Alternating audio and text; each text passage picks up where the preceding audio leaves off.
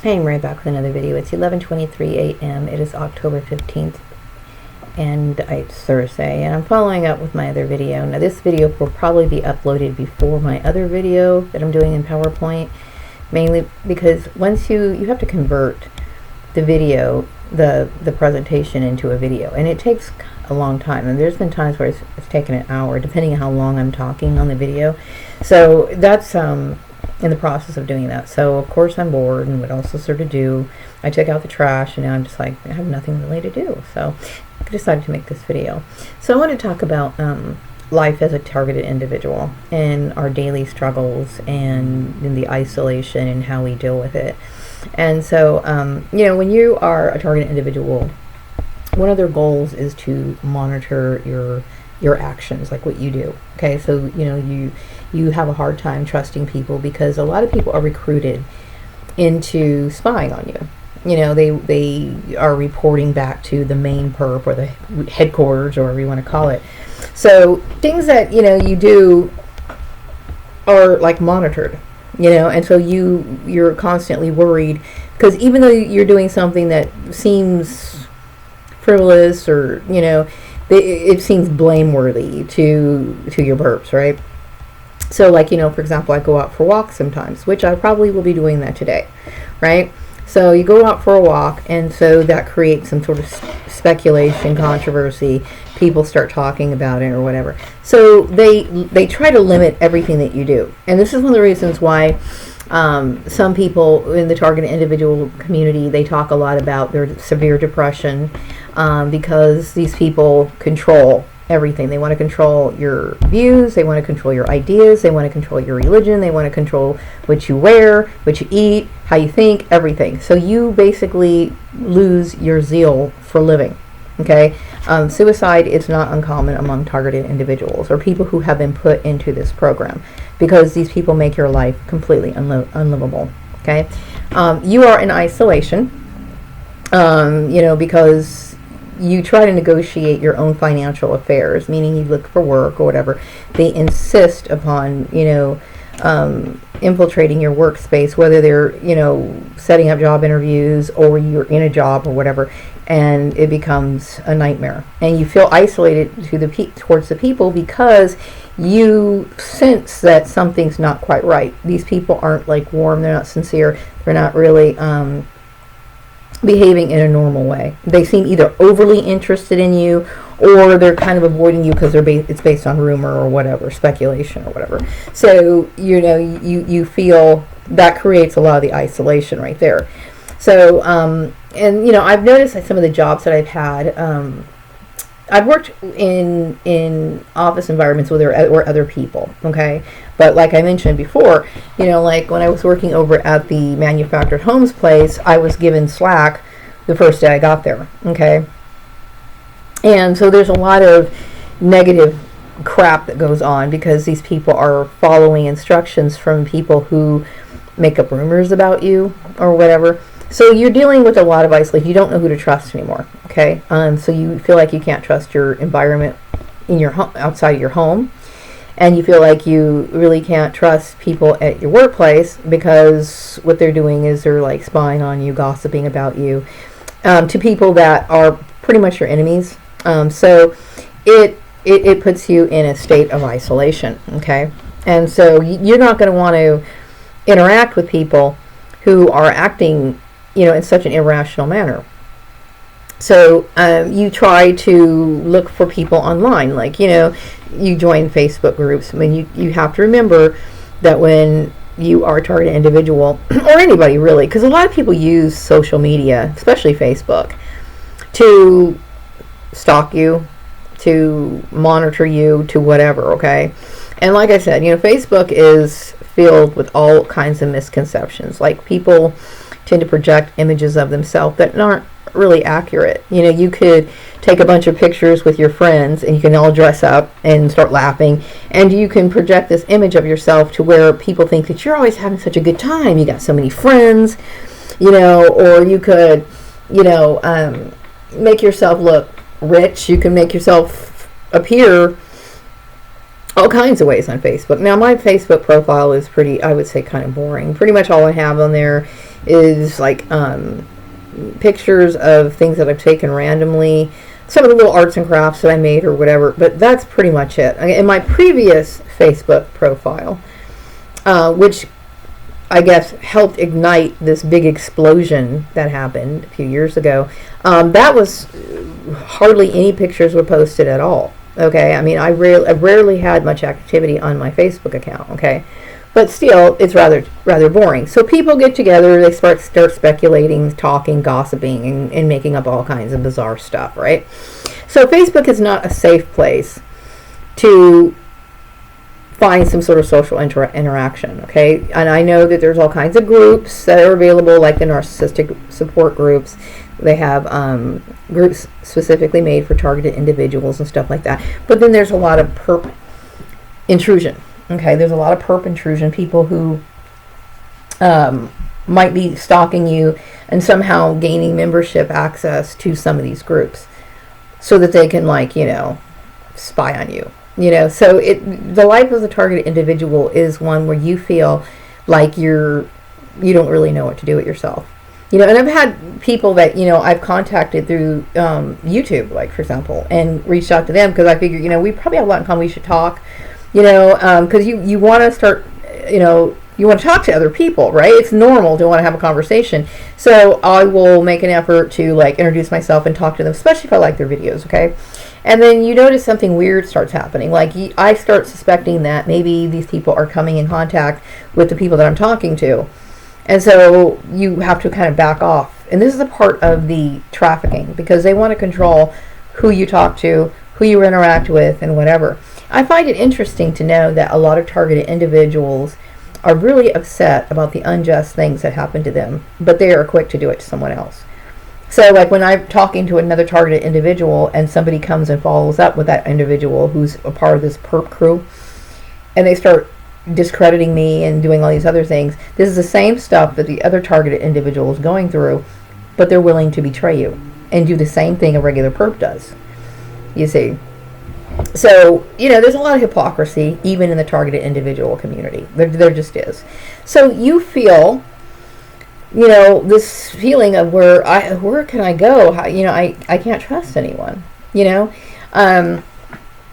So it's not a cool thing. It's not fun to be a targeted individual. And, you know, I would love to meet other people and have friends, you know, like go places and do things with, you know, women and stuff like that. But I'm not in a position to do that, because you're always wondering, who are you really? And yes, just because I'm extremely intuitive doesn't mean I'm going to catch on real quick. Because I don't want to read into people. I don't want to always have to be suspicious of everyone. That's a terrible way to live, right? You know, like, for example, the girl over at the farmer's place. Like, I had no idea that she was one of those kind of people. Her appearance to me seemed like she was a sweet little girl, like a sweet, old-fashioned little girl that I thought was just, you know, adorable, a cute person, right? I had no idea. I didn't go home at night wondering and tapping into her thinking, who is she? What is her motive? I didn't think about those sort of things, even in the midst of my targeting. I knew that she was a part of it somehow, but I didn't think that, you know, she was like this, the kind of person that just kind of threw me.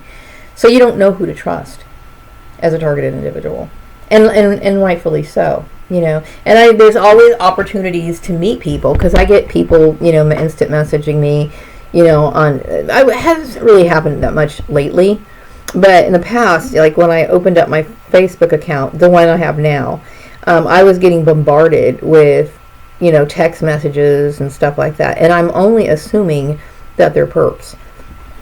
So you have to be careful a bit with that, you know.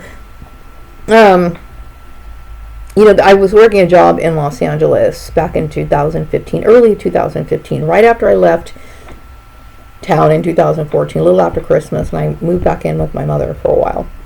So I started working in Los Angeles, and this job to me was like, it was extremely socially isolated, you know. And so for targeted individuals who are just now coming into the program, who are finding themselves in jobs where they're like constantly in solitude, like they're not around anyone, this is one of the reasons why. Like, they put you in these jobs where you're just like completely alone and stuff. Like, they don't want you to be around other people, you know. And there's all kinds of reasons for that. There could be reasons why maybe they're trying to keep you married. Maybe they just don't want you to, they don't want you to have any other social resources other than this particular group, which is abuse, okay? You know, so they pretty much destroy your life, okay? They want to change who you are. They want to control your friends. They want to do these sort of things. And you can't feel safe, you know. And sadly, you know, a lot of targeted individuals even have their family members turned against them. They become spies. Their family members become spies. That happens to a lot of targeted individuals. And a lot of times, like my blood relations, they were part of this main crew, okay? So they knew exactly what they were doing, okay? But like, you know, you might have a family member, like you might have a cousin, you might have a niece, you might have a nephew or something, and they can get brainwashed into participating in this spy program to act against their own family member. Okay, when you have an employer or some sort of group of people who are asking you to do these sort of things, you need to question that. What kind of person would do something like this in the life of another person? And you got to question those sort of employers who encourage that sort of activity that would destroy family ties like that. You know, I think that when you talk about exposing certain companies, and see, I personally think it's a good idea.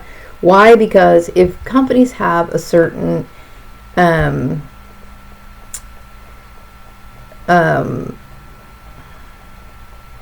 a policy, but if they ignore the rights of employees to where they feel it's okay to exploit them and abuse them in this sort of manner, you know, or people who willingly participate in programs like human trafficking or gang stalking, or they're trying to force someone to stay married, they're collaborating with other people in order to put these sort of operations in work.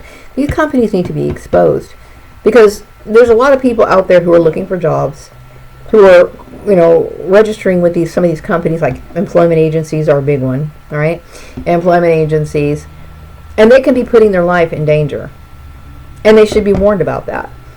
You know, if there's a company that has done this to you and you report them to like their company headquarters and they don't get terminated right away, then these companies need to be exposed. Why? Because, like I said, they are a danger and a threat to people.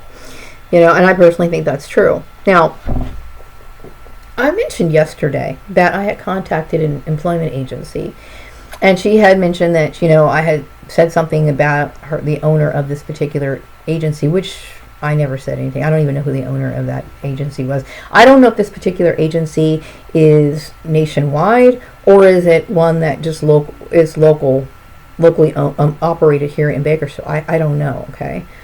But she was obviously referring to her last position that she worked at a different company. And this particular position, right, that was posted on Indeed.com, the qualifications were high school or equivalent, right? So I figured, you know what, I'll go ahead and try and apply to this job. I need to see what's going on with these agencies, right? So there was no reason why, other than being controlled by, or holding a grudge against me, which, you know, here, I want to talk about the grudge that's being held against me. I had every right to question what was going on. My life was in danger. There was a campaign against me that was, to me, I'm going to classify it as murderous intent. When you blacklist other people, when you have some sort of campaign against another person to turn other people away from you, and then to also use religion or some sort of quote-unquote moral issue to where they're creating controversy towards you, you have every right to speak out, because your life is in danger. You know? So it's not me taking it trying to be personal about this person, because I understand a lot of people get led into these sort of things. They don't realize that, you know, that they're not supposed to be doing these sort of things behind the scenes. But still, you know, when it first happened, I didn't really know what was going on, but I did call the company headquarters. You know, and I was surprised at the other employment agency who was supposed to be known, and I'm not mentioning them right now, but I've mentioned them in the past, okay? But this particular employment agency is nationwide. They're nationwide, and they are an equal opportunity employer. And this is the creator, the owner of this particular nationwide company is a black woman, Okay, and like I said, I'm not trying to get any special favors because the owner is a black woman. She probably doesn't know me from squat, right? But the thing is that equal opportunity employers, okay, when you see somebody say, I'm an equal opportunity employer, that means they're not supposed to take into account of all the issues that I was dealing with. Like, I'm not supposed to be judged on my marriage, my race, my religion, any of these things. Equal opportunity employers are there to establish so that they can put people on an equal footing. Okay? The whole idea of it originally, okay, there's a lot of things that go on with equal opportunity employers, okay? But, for example, equal opportunities are supposed to be not supposed to be, but they are supposed to be minority friendly.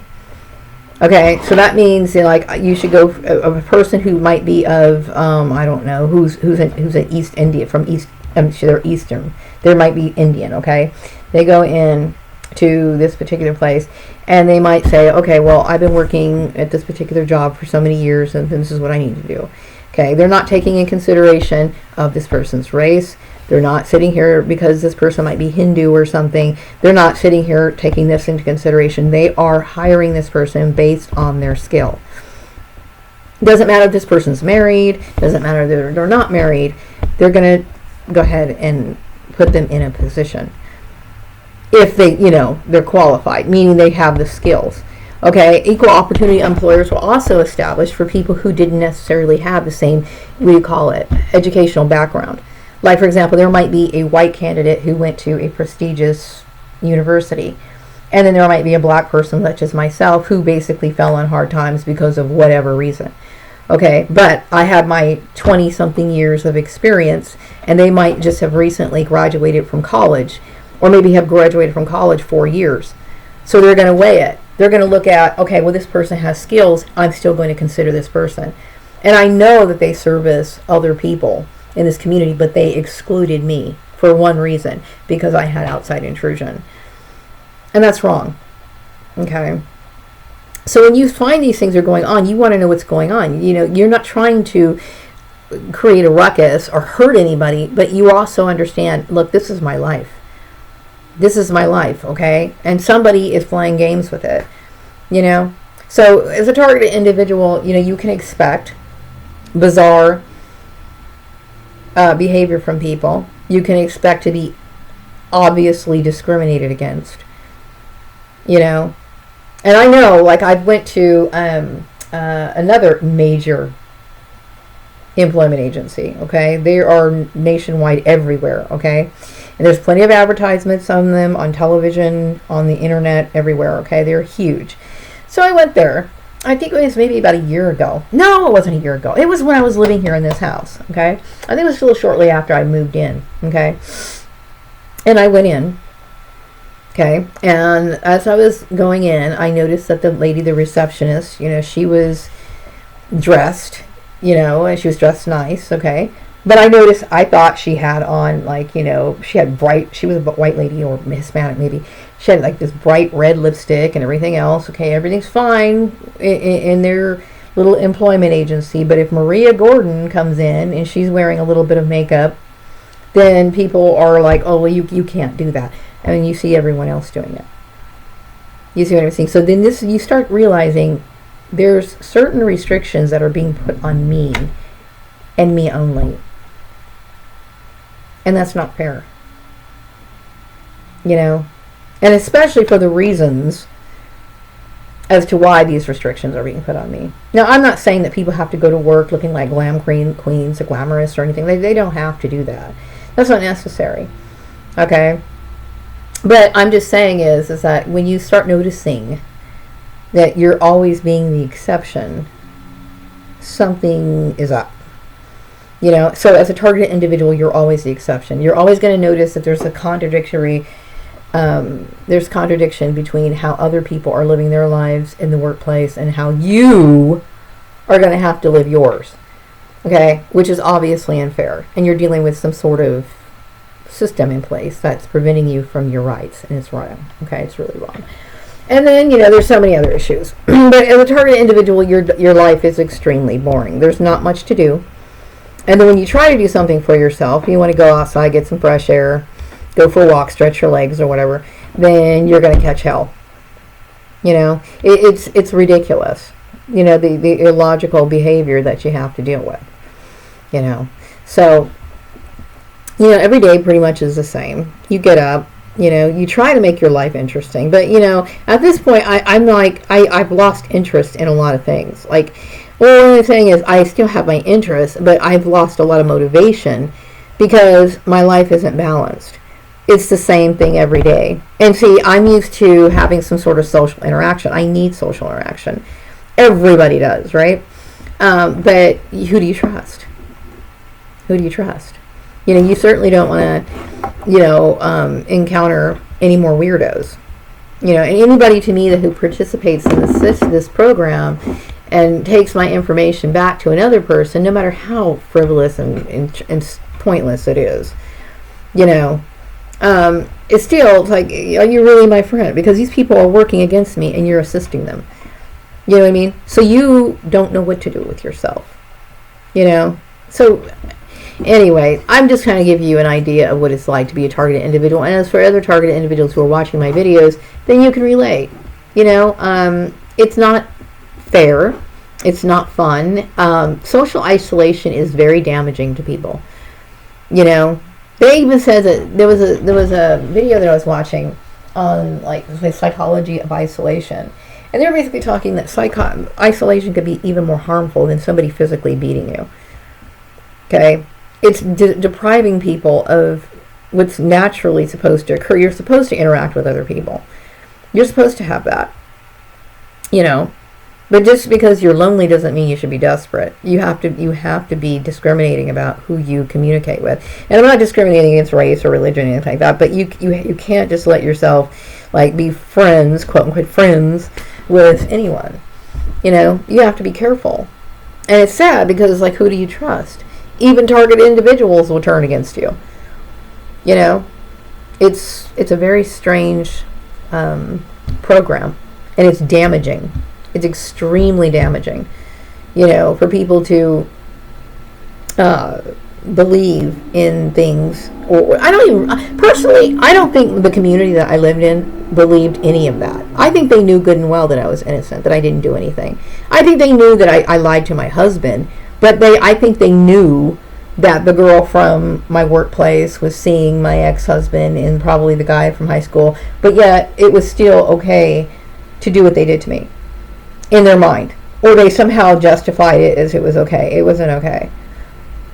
You know, you let somebody suffer for something they didn't deserve. So who do you trust? You know, and it's you know, I think people don't understand the consequences to their actions. And the sad part is that, you know, I'm a person who's innocent in all of this. Okay. And then the criminals, I'm going to call them criminals, okay? The criminals behind the desk, the people who are part of what I consider secret operation or whatever, who do these corrupt things, they suffer no consequence whatsoever. We live in a very unjust world where up is down, black is white, right is wrong, blah, blah, blah, blah, blah, blah. And I've seen this every day. I mean, I'm more aware of it on a daily basis. You know, you don't necessarily have to do your job to have one. You know, I cared about my work. I did. I cared about my job. I cared very much about my job. And that's not just the farmer's place job. I cared about all my jobs. And I would say when I was younger, like when I worked fast food and stuff with my old friend, like, okay, we had some funny times. I can't really say I took those jobs seriously. Not as a young teenager or adult. I mean, I didn't. You know, I was there to get a paycheck. I wanted my paycheck, and I wanted to go blow it on, like, burgers, fries, tacos, going to Foster Freeze, playing a shitload of video games, going out and buying clothes, just blowing my money on frivolous things, which young people do, okay? But when I got my son, and I realized, you know, and I started caring about my work, like, I really felt like the kind of working in my little office and doing my job, I felt a good sense of responsibility, but it wasn't burdensome. It was something that I felt joyous about, in which I noticed that in myself. I'm like, you know, I like this. Because Because I've worked jobs before where I'm just like, oh God, what time is it? When is lunch? When am I going home? I can't wait to get home. You know what I mean? I'd be looking at the clock all the time, just like, God. You know, but when I started working after my son's, like, I liked it. I liked my routine, you know, and then of course I would always have issues at work because of the outside intrusion, you know. So I struggled a lot in my life, a lot, you know, and so all these little tensions and this issue and these misconceptions about, well, you know, Maria just can't hack it, she's always losing her job. I'm losing my job because of these people. I lost my jobs because of these people. They're outside intrusion.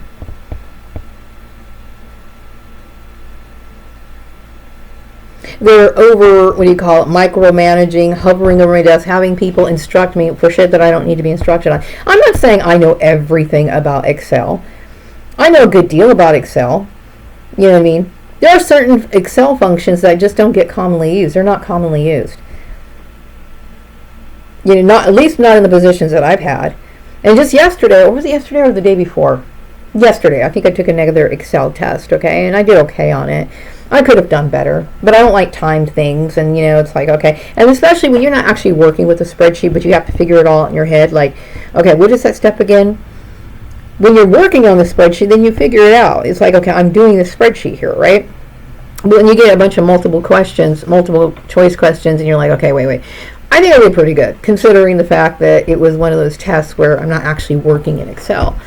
But still, a lot of those functions don't regularly get used. A lot of them do, in like maybe, I don't know. I cannot say that I've used every single function of Excel throughout my work history. Even though I've been using Excel since 1997, I cannot say that I've used everything, because not every job required that. You know what I mean? And when you have to put something into regular use. Like I use Excel every day. I have spreadsheets. I keep a log of the spreadsheets that I create while I'm looking for work. Like if, for example, if the job is supposed to be like administrative assistant, then I have this spreadsheet that shows all the resumes that I've applied for that are administrative assistant that have these particular skills. You know what I mean? You know, I use Excel every day. Okay, but whatever the point is like, you know, I'm constantly getting, you don't give a person a job and then sit here and then try to critique them in the presence of an employer. You see what I'm saying? Because what you're doing is you're discrediting me unnecessarily. Okay, I would be fine without that intrusion. So it caused a lot of issues, you know. Like when I was working in Chatsworth, I had that accounts receivable clerk who was just an evil bitch, basically, who was instructed either by my family or my Joel's family, or I don't know, but I didn't ask for her help. You know what I mean? I didn't ask for her help. And then you get these bullies, and so I left that job because it was becoming a nightmare because of the outside intrusion. I would have done just fine in that job had these people not done it. And the same thing for the farmer's place, you know, and all the other jobs that I worked since the farmer's place. I mean, they were okay, but I had to deal with a lot of social tension because of all the bullshit of them intruding into my work life. And then I knew something was going on after I left the farmer's place. I knew it. And it was making me ill. You know what I mean? And so I made all these videos basically saying, could you leave me alone? Could you leave me? No, they wouldn't leave me alone. That's one thing when you're a targeted individual. Your perps they do understand what they're doing. I do believe they do know what they're doing. Some of them don't understand how severe their problem, the severity of their problem, the issue of what it's causing, the problems that it's causing. And then when they find out that you're leaving your job, or you end up getting terminated because you're standing up for yourself, or you're dealing with somebody who's being irrational because of their behavior, and you basically say, in the back of their mind, they're thinking, well, she can't hack it. She lost another job. I lost another job because of you guys. Because of perps. Okay? And there's so many targeted individuals who talk about the same thing. Constant workplace mobbing. There's a lot of people who've not moved. I've moved within the state of California. Like, I moved from the Alamo Valley. I was going to move to Chatsworth, okay, but something told me you better stay where you're at and look for another job, and I couldn't do that, okay? But still, I moved here, I moved there, I moved several times, even within the same town. Whether it was moving out of the house of my ex-husband or whatever and finding somewhere else to live, I have bounced back and forth several times, moving because of these people. Okay? What you do, what perps do, is extremely damaging. So now I was thinking, gosh, you know, I'm almost, yeah, I don't mind. I'm a woman. I know it's not socially acceptable to talk about your age. I'm going to talk about my age. I'm almost 50 years old. And when you look back on your life and you think, how could somebody take so much of a person's life? And then they want to come back and take more of it because they don't like your arts and crafts. They don't like the fact that you go out for a walk. They don't like, you know, the fact that you wear shoes that they don't like or whatever. It's like, you know what? I'm tired of just having my life destroyed for people who care nothing about me. And this is the issue with a lot of target individuals. They got these frenemies who smile in their face and then they're destroying their lives. And it shocks the perps that you stand up for yourself. You know, I don't want to go into it too much, but I think my video is finishing with its conversion. But it's frustrating. It's extremely frustrating. You know, and God knows what these people did and said about me online. You know, but they've destroyed my online friendships too. Because I knew back in 2000, I want to say 2008, 2009, I made a lot of YouTube videos, and within 2 weeks of my first YouTube videos, I had about 2,000 subscribers. That's a lot in 2 weeks. Okay, and then these people started destroying my reputation everywhere. Okay, so then like now, okay, I have a video, my YouTube videos. Okay, and mind you, it's not talking about the same subject matter that I was talking about before. But look at my subscriber base. Now, I'm not complaining, but I know that these people have damaged my reputation. You know, and when I think about it, why am I constantly having my reputation damaged when I'm not the abuser? I'm not the one who's hurt people. I'm not the one who's, you know, stalking people. I'm not the one who's doing illegal activity, but I'm the one who pays the heavy price. You know, there's more to being a family scapegoat than we like to think, or more like we tend to believe. You know, you have to catch the blame for everyone's problems, and it's ridiculous. You know, and there's got to be a time where it stops. So anyway, I'm going to wrap up this video. I will be back with another video later. To all TI, stay safe.